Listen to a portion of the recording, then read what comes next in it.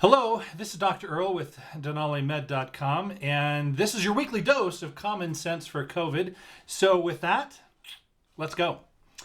Okay, I want to readdress this really from the four basic areas that really seem to be having the greatest impact as far as COVID is concerned. And so we talked about these early on.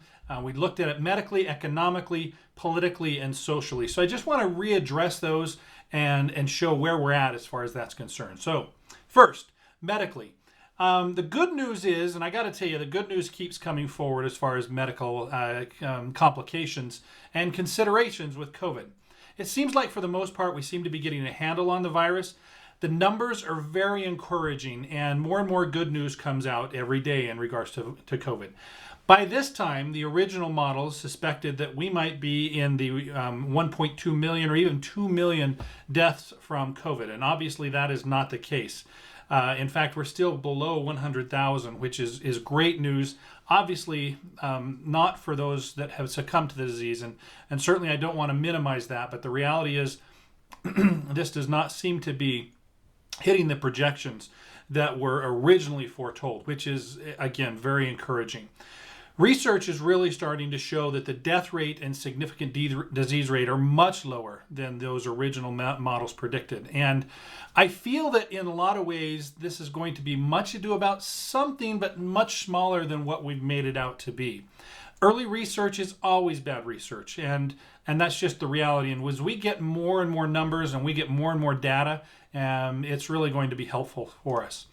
That said, certainly still our best efforts are going to be in empowering our bodies. And we'll talk a little bit about why that's so important, even if we're waiting for a vaccine. But the reality is making sure that our amazing bodies can do the job that they're supposed to do and can do in this scenario is absolutely critical. So take this opportunity to optimize your health. We've talked about some of the ways that you can do this. So eating healthy, getting good sleep, decreasing your stress, hydrating with electrolytes, making sure you're taking a good multivitamin, good healthy doses of vitamin C. And if you want to see the world's greatest vitamin C, go to worldsgreatestvitaminc.com.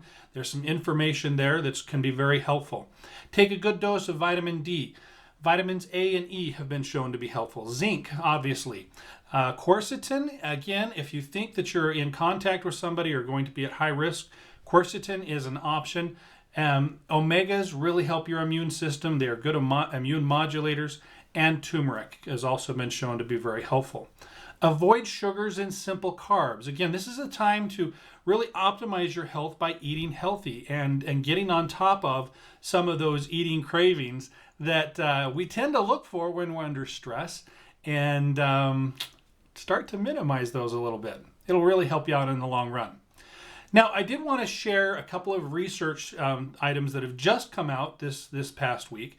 First, there's a Dr. Joseph Verone in Houston, Texas, and he's been treating patients in the ICU in Houston, Texas with a combination of low-dose naltrexone, methylprednisolone, high-dose vitamin C, and heparin. And at least to date, he's had 0 fatalities. So again, super good news. We're finding more and more combinations of things that seem to work and help the sick of the sick really get over the COVID. There's also been significant help with transfusions. So we take patients who have been exposed to COVID. We are able to, they donate blood. Their blood has the antibodies in it.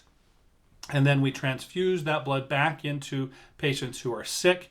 And then they, in turn, use those antibodies and are able to recover from the virus. So very helpful as well. It's kind of an old school medicine trick, but it seems to be doing the trick. And then there's also ritonavir. That's an antiviral for HIV. That's also shown a significant utility in helping patients overcome COVID-19, especially those that are sick. Now, one of the things to keep in mind as we talk about possible cures, you don't want to just do those if you're not sick. The reality is those are extra chemicals that your body has to deal with and therefore make it more susceptible actually to COVID than helping. So the basics of multivitamin, vitamin C, vitamin D, A and E, zinc, maybe some quercetin, but definitely omegas and turmeric. And then optimizing your eating, your nutrition, and getting some exercise every day is really going to go a long way in helping you be your best self should you come in contact with coronavirus. A quick note on a vaccine. Now, I realize that vaccines are going to be useful for some. They're going to be amazing when and if it comes out, but here there's some very serious pitfalls that we're already starting to see. The first is that we think that the vaccine is already starting to mutate. This means that the proteins that they introduce in the vaccine, so understand part of the way this works is they take proteins, if you will, or pieces of the vaccine that and introduce them to our bodies. Our body's immune system then is supposed to recognize those proteins, and then when it comes in contact with them again, it's supposed to ward off the disease. But if it's mutating and changing, then we may be given some proteins that have already changed and are 3 versions ago. So that's the first big issue. The second is that even when those proteins are given to you in your immune system, the reality is, or into your body, the reality is your immune system still has to find those proteins, recognize them, and create antibodies. So we're back to the amazing human body and its ability to fight off disease. And we're also back to you optimizing your health so that however you come in contact with those proteins, whether it is through a vaccine or whether it's through exposure, your body is able to meet the challenge, step up to the plate, hit it out of the park, whatever acronym you want to use right now. But the reality is you really need to focus on your immune system and your health if you want to make the most of this time, but also be prepared when the time comes. Okay? So, optimize your health. Story of the day. Second area I want to talk about is economic. There's been a lot of focus, or I should say starting to be some focus on the economics of the entire COVID situation.